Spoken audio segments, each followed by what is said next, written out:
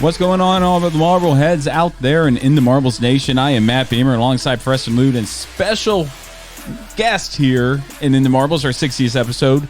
Charlie Hercus is here, coming through from Fort Bragg all the way down here to South Carolina to be part of the show on his way home. How's it going, everyone? Wait, if he was coming down, you mean coming up here, right? No. I was at Fort Bragg. Oh, I'm sorry. And then I'm on my way back home. So Oh, you don't know in Fort Bragg? I had a school I had to go to. Yeah. So, yeah, man, this is going to be a fun episode, man. And just based on the intro, it's going to be a lot of fun. But, man, I'm glad everybody's here. Hello, everyone. And 2020's over as far as the NASCAR as far as the NASCAR season is over with. And, man, we got a lot to cover here. But, man, first of all, it's good to have Charlie here. Charlie, thank you so much for being here this episode. And this is going to be a fun episode. I can just tell. Yeah, no, I'm glad to be here. I'm glad I can make it. Yeah, I mean, well, it's totally different too, based on last time you did an episode. Last time you did an episode, it was our second episode, and man, it was 2 mics in a camper, everything hooked up, and it was a slam door. And it was so funny because, yeah, I mean, you were gone for about an hour of it. Yeah, it was. But now we're on YouTube. Now we're, gaining a little notoriety. We're on the Unhinged Sports Network. So if you're joining us on the Unhinged Sports Network for this week's episode of In the Marbles, you're in for a treat. You are in for a treat. This is fun, man. But thanks for being here. I know you were already driving through, but it just kind of fell into place. Last time you came through, it didn't really work out. But yeah, no, you texted me a couple of days ago. He's like, "Hey, we're going to do our episode that afternoon too. So if you want to be on it." Absolutely. Yeah, man, I appreciate it. And so, first of all, Preston, how's it going? It goes. How's work? How's the family? Work is good. Family's good. And Charlie? Same here. Family's good. Work's good. Good, man. Yeah, this is actually a good test, too, because if we ever have guests in the studio, we know how to kind of set up, and a few changes have to be made here. Yeah. Definitely, for sure. But, man, I'm glad just everyone's here, man. This is going to be a fun episode and This is going to be a good time. Fun time just talking racing, man. Yeah. Wrapping up the season. I know, Charlie, you have your opinions on this last weekend's race. Yeah, I mean... or races in NASCAR as far as that. I like how yesterday turned out. I'm sure you Hands did. down. Congratulations, Chase Elliott. Watched him, coming through the ranks as far as racing late models and all that. Yeah. Very deserving of a championship, in my opinion. It really is, man. I mean, he had his back against the wall last week at Martinsville, performed, did the same thing again yesterday. Yeah, he did. Absolutely, he did. And congratulations to not only Chase Elliott, but to Austin Cindric, your pick to win the championship, and Sheldon Creed, who won the Truck Series championship. It seemed like Phoenix was hit or miss. I have something to talk about when we get there, but yeah, but overall, NASCAR's wrapped up until February 2021. Yeah, and that's going to be it for now. As far as that, we still have Formula One to cover, at least for another week for me. Yeah, until Lewis Hamilton wraps up the championship. And hopefully retires with like 6 races to go. I would hope he would just get out of there and But maybe he does. Who knows? We don't know what's in his mind. I don't know. He's still too hot right now. There's no way. He's on a hot streak, man. I'm just holding out hope. Okay, I know that he's probably going to come back, but until everybody starts catching up with Lewis Hamilton, I think he's or Mercedes stay. in period. Yeah, because I mean he's performing. Why quit while you're still top of your game? No, absolutely. Yeah, I mean the last person to do that was who was Hamilton's teammate when he won the championship? I forget his name offhand. You know, this year? No, not this year. It was a few years ago. It was Nico Rosberg? Rosberg. Oh, he's talking about 2016. Yeah, I mean he won the championship and then probably retired. And he's like, I'm done, and I don't blame him. Go out on top. Yeah, that's right. But right now, there's just nobody anywhere near the competitiveness of Lewis Hamilton. No, there isn't. So why even think about retiring right now? I wouldn't even consider it right now. If I was to lose Hamilton, I'd say I'd stay in there for 10 championships at least. at the rate he's going, he's got it in him too. Yeah. I would say so, man. Because he's unfortunately, but oh yeah, it is what it is. But man, hey, we don't have much news stories to cover, but we do have one not breaking news story, but one news story we have to cover. So we'll just go ahead and get into the news and go from there, man. Jimmy Johnson and Chase Elliott teaming up to run the 24 Hours of Daytona. Thoughts on that, gentlemen? Looking forward to it. I mean, Jimmy's amazing at everything he's done so far in his career. I miss him. I mean, I already miss him. But at the same time, right now, in my opinion, there's nobody competing with Chase Elliott on road courses. I mean, he's won, the last 4? Yeah. So it will be interesting to see what he does outside of NASCAR on a road course. I think he will perform. I think he will too. Preston, what do you think? I think it's a great idea. I think it's awesome. Yeah, what do you got to lose, man? Exactly. Jimmy Johnson wants to go out there, and at this point, he's probably going to want to go out there and test anything he can drive. Well, and that's Jimmy's main thing he's doing in the IndyCar series too, is road courses. He's not doing any of the circle tracks, I don't believe. He should do the circle tracks. I would think he would. I think that's what they said is he's pretty much primarily road courses. That'd be fun to see, because it's not a full-time gig in IndyCar. No, it's not. It's a part-time gig. I think all he is doing, from what they were talking about, is road courses. Yeah. I'm looking forward to it. So. Oh, I am too. It's going to be a lot of fun. More reason to just, if you're a Jimmy Johnson fan, there's just to watch him race. Yeah. Period. I think a lot of fans are going to go from NASCAR to IndyCar just because of that. It'd be exciting, just for the fact that it's something new for Jimmy Johnson. Yeah. So he's going to be hyped up, ready to go, and then Chase Elliott coming off a championship run.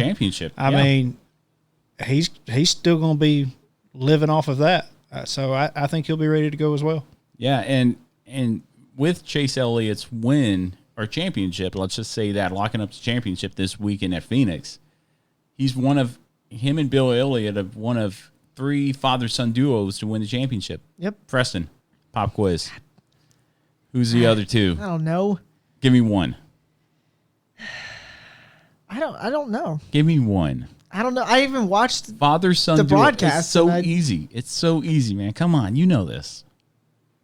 I don't think I do. Okay, Charlie, do you know? Jarrett. Jarrett, Ned Jarrett, and Dale Jarrett. Yep. Okay, who's the other one, Preston? Charlie took care of the hard one there. I don't know. Come on, man. You got to know. You're going to kick yourself when you hear the answer. I probably will. I'll probably go jump out the window. No, don't do that. I mean, it's not that big of a deal, but you're the Formula One guy. Somewhat. But let's see your. Come on. Educated guess. Just give me the last name. I just want to say Allison's. See, I don't know. I don't remember. No, because Davey never got an opportunity to win a championship. Yeah. Go ahead. What's the third one? Lee Petty and Richard Petty. See, I wouldn't have guessed that either. Lee Petty won 3, Richard won 7. I would have never guessed it. At least you're the Formula One guy. At least you're the Formula One guy. And I mean, I know my NASCAR history at times. I mean, I've watched it almost my entire life. Oh, I just never would have guessed the Pettys. Okay, well, on his side, all you ever hear about, Richard this, Richard that. It's true. So I'll give. I definitely covered the hard one because there's nobody that talks about Jarrett. Yeah, and that's disappointing because I think Jarrett is one of those unsung heroes who just ran very well and yeah, absolutely. Unfortunately, didn't win more championships. I thought he was going to win the 2001 championship when I first started watching, but just never happened. Oh boy, I know. I know this is awful. This is a bad start. But man, all right. Well, that was all the news I have, except with we talked about it earlier. Sheldon Creed, Austin Cindric. I wish the Truck Series championship would have turned out a little differently. Well, I wish all 3 series would have turned out differently. I think the past few races, though, in general, the Truck Series has been the series to watch. No, I totally agree with that. Just wish the last race would have turned out differently.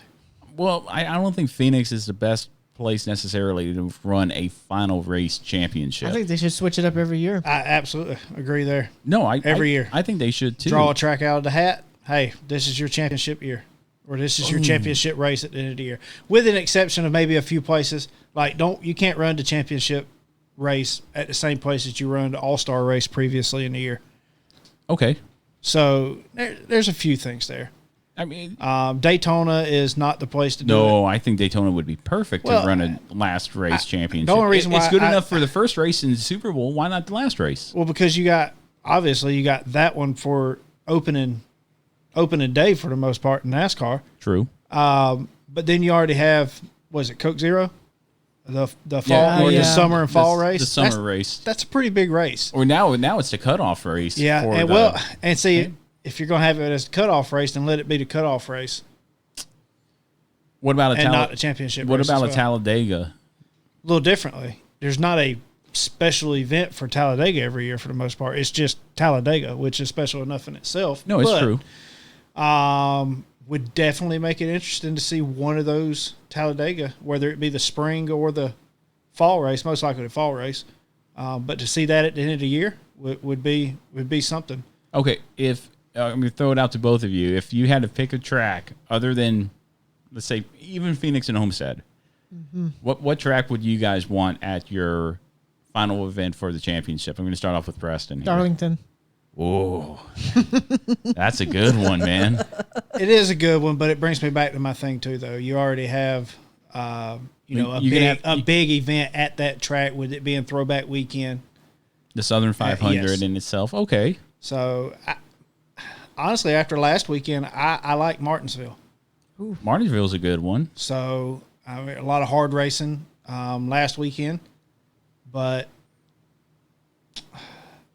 Well, I think what made that race special, though, or exciting, was how close the points were between a few of the playoff guys at the end of the race. Well, but that's a whole different topic on itself. My whole thing with this year, especially 2020, and the short tracks is it hasn't been the typical short track racing that anybody's used to seeing in NASCAR. Well, Bristol hadn't been the typical short track racing period for the past 6 years. Well, I agree there. Yeah, it's a big one. It's not Bristol anymore. Well, I went to Bristol in the fall for the fall race, and it wasn't. And I talked about it on the show, and we harped on it throughout the 2020 season. Is where that Bristol and Martinsville, and I would say Richmond, and maybe even Loudon, the short tracks aren't the beating and banging short tracks they were, let's say 6-7 years ago. That's also because of NASCAR in general has kind of tightened the reins. Yeah, on that let them have at it rule. Well, there is no such thing as, in my opinion, as a let them have at it rule. No, absolutely not. But because it's still there's also, it seems like they're real quick to pull the trigger on, hey, you shouldn't have beaten banged or whatever. So plus nowadays the bodies, in my opinion, the bodies on these cars just don't hold up to that kind of racing either. No. Used to, you could beat and bang all day long and not worry about cutting a tire down. Mm-hmm. Now, if somebody even gets into a fender, it rolls it right into the tire. So I look at it like Darlington in 2003 when Ricky Craven and Kurt Busch was battling it out, and Craven sent it into one, and Kurt got into him. He sent him into the wall, and he kept going. He won the race. I mean, nowadays you send somebody into the wall like that, and that's it. Yes and no. I would say, I don't know. Well, the short track racing definitely needs to improve. If NASCAR fans and NASCAR want to add more short tracks to the schedule, you got to change the whole rules package. I'm looking forward to Bristol Dirt Race. You're one of the few. I'm planning on going there. Only because I like the Truck Series Dirt Race. But that's Eldora. That's a legitimate short track. That's a legitimate dirt track, I should say. Yeah. In the Vice, throwing dirt on Bristol. Bristol has dirt thrown on it every year, though, for different series. Yeah, but when was the last time? I mean, we're not even going to get testing in these cars. Well, they should have testing, but I mean, for a 3,400-pound, they should have testing for the dirt race. They better be bringing back practice. I don't know, man. Not on Bristol though. If you want to test and get some practice in a dirt car, you better go elsewhere to do it. Not Bristol, though. You don't get to test at Bristol. Well, it's going to be tough, in my opinion, to prepare for that race because, for one, Cup cars running on dirt is like doesn't happen. Okay, but well, that's fine. But if these guys are supposed to be the best of the best, no, you're right. Then, hey, I'm all for the way it's been this year. Almost is no practice, no nothing. Not even draw spots to qualify. Let them qualify. Maybe you get a. If they do practice, you get maybe 30-minute practice, and that's it. Yeah, they should at least get a practice session. I think that has helped. No, I agree. The competitiveness maybe this year. I also think that helps your lower budget teams as well. They kind of come in. Granted, everybody's got their notes that they go off of, and in the end, by the end of the race. Sure, your high end teams like Penske and Hendrick and all them, they're gonna have that car dialed in for the most part. Right, they are. So, but I do think it opens up a lot of opportunity for your lower budget teams. It does and it doesn't, in my opinion. I know we're getting way off subject here, but but this is what's great about our podcast. We could say whatever we want. I don't like the qualifying. I don't like the fact that it's based on average or finish from last race as well as well, they were only doing fastest lap. They were only doing that for playoffs, I think. Well, no. What they should do is put all of them in a hat and draw. In a hat and draw. Yeah. I'm with Charlie here. Not even the driver's drawing. You have one person drawing, and it's like, okay, we'll start with either first place or we'll start with last place. Yeah. And the first name you draw is your 40th starting spot, or the first name you draw is your pole, and then you go from there. No, they should have however many entries are in. Let's say they have the 40-car field, the full field in there, a representative from, like they used to do, drawing for qualifying position, and qualifying is go up there, representative from each team, I don't care who it is, go up there and draw a name from the hat, and 37, all right. Same way. Chase Elliott, you're 37. Same way with pit stalls. Your pit stall, whatever number you start, that's the number of stall you have. Yeah, that's the way it is. If you get lucky and you draw a pole, hey, you get that number one pit stall. Right, regardless if you're like a BJ McLeod. Yeah. If it winds up being like it was this year for next year, which it sounds like it's gonna be based on what Steve Phelps is saying, what everybody's saying about NASCAR. They're going to go with a limited schedule like they did this year, which worked out for what it was for 2020. Yeah. But Preston, I saw you shaking your head there. I mean, what are your thoughts on that? I think there should be at least a practice in there. No, I agree. So at least one practice. Well, here's the thing. One short, quick practice session. Yeah. Like how long, Charlie? For you as a driver, for those of you who are just tuning into us for the first time, Charlie's a driver at South Alabama Speedway, and but how long would a good practice be for you? At that level, with the knowledge that engineers that each of these teams have, I'd say 20 to 30 minutes. Okay. I like 20, 30-minute practice sessions. Tops, not an hour practice session, no nothing like that. But if you have practice, you might as well just throw in a qualifying run. No, absolutely. Run in there and screw in the heck with the random Don't even draw. Draw for your qualifying order. Right, draw for your qualifying order, and then based off where you qualify is based off where you start and add your pit stall. Right. I agree with that. But yeah, we kind of interrupted Preston. No, that's fine. That's fine. But that's good. I mean, what are your thoughts on that? Well, okay, so to begin with, NASCAR was probably already looking at cutting the weekends back anyways because of their financial issues, and that's another thing we can get into another day. But I mean, even just a 2-a-day, even if you just did, if they're racing on practice, qualify, same day, and race the next day. Yeah. Wake up, heck, practice Saturday and then Sunday morning draw for qualifying positions. Right. And that's it. And I'd say a 30-minute session, maybe 45-minute practice session, depending on the track. I don't know. Yeah. I would say that. I definitely see pretty much going to like what a lot of the late models do. You practice that same day. Right. You qualify that same day. Maybe practice the day before on the cup level. Just because of everything else going on during the weekend as well. But you get 30-minute practice session the day before. Right. You qualify, car's impounded, you race. Okay, so you're all about the the parking the cars and making sure they. Once you qualify, that's it. Okay, so pretty much you're qualifying on your race setup. Absolutely. Or they could do just all in one day. Get up, draw for qualifying positions, and then you get a practice session. So depending on where you're starting at, you can fine tune whatever you need to do with the car, and then that's it. After that, like air pressure and say you qualify, you draw for 35th and freaking Darlington. Well, go out there and let's do a couple laps in. Let's try and fine tune some things. Look over the notes because we got to come from the back. Oh, okay, I like that. Because I know NASCAR is looking at cutting things back. Barring the COVID situation, they're probably already looking at cutting things back anyways because they always talk about we're struggling financially. And they did, and I think COVID was a good excuse to do the single day. Yeah. Base it off of last week's run and then go out there and do it, which worked out for 2020 as far as NASCAR. But the starting order was a complete load of bullcrap. No, I didn't like the starting order. I didn't like the fact that the chase drivers, or I keep saying chase, that the playoff drivers started up front. I liked the idea of a random draw as far as that. Yeah. Or at least a random qualifying draw. It was just if you're going to go to a qualifying situation. Which I think they should have a qualifying run during the course of the weekend. Even if they unload and say, you better unload with your qualifying setup. I still think you could do it the same day. I mean, you're talking about cutting budget, but a lot of their issues on the budget is you're practicing Friday, you're practicing Saturday. Yeah.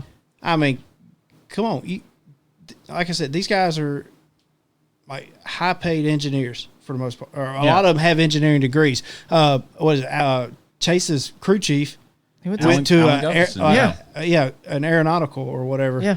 Oh, yeah. Cool. And Ryan Newman himself is an engineer. Absolutely. So what I miss, too, is the ability to put scuffs on the tires, to maybe roll 1 or 2 laps and scuff up the tires.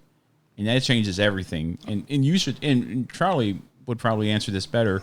Scuff tires for 1 or 2 laps on a tire that's ran hard, vice a sticker tire. You're already, how does that make a difference? Like with where I race and I guess how I race, it helps. Yeah. You kind of have, even though it's only a few laps, there is a little bit of a heat cycle in the tires already. Yeah. So, look, fresh tires are great, but they also, you have to wear the new off of it. Yeah. So, yeah, scuffs is the way to go, So start your race on your qualifying tires. Okay, yeah. I like that. Okay. I like that. Yeah, it's pretty interesting. This is going to be a very insightful show, I have a feeling. Yeah. Here in this 60th episode, our 60th episode too, by the way. I mean, that's kind of like how I think Formula One does. I think the top, the final qualifying session, they have to start on what they. But they have to start on what they qualified with. But they get a new set of tires too, right? If I'm not mistaken. For the race? Yeah, for the whole weekend. Or at least for that session. You get a certain amount of tires you can use for practice, and then you have to give them back. Oh, okay. Yeah, it's weird. It's a weird thing, but it's like if you make it into the Q3, you have to start the race on the tires that you use in Q3. Right. But everybody else behind you can select a different tire at that point. Okay. So, yeah, that's interesting. Mm-hmm. Yeah, so it's really technical. The higher you qualify, the less tire you get to start on. For the most, or the more used up tire, you get to start on. Which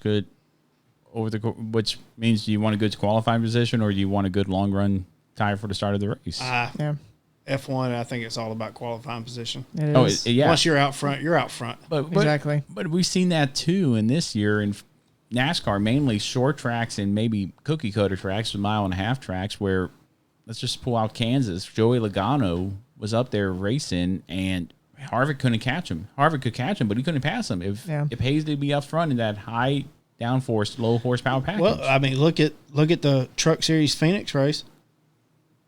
The guy that won it went in that last caution, got fresh tires, and come from 10th to 1st on that a was lap. impressive. Sheldon Creed right down there and won it. But yeah, I totally hear you. I mean, but I think this is all going to change too with the introduction of the Gen 7 car, at least for the Cup Series. We have to wait a year for that, but yeah, which is unfortunate. That's why a couple charters are folding shops. Yeah, still not really looking forward to that car, but no, we'll see. But I tell you what, we'll get into that. We got our rating the races. We got our weekend review we got to do.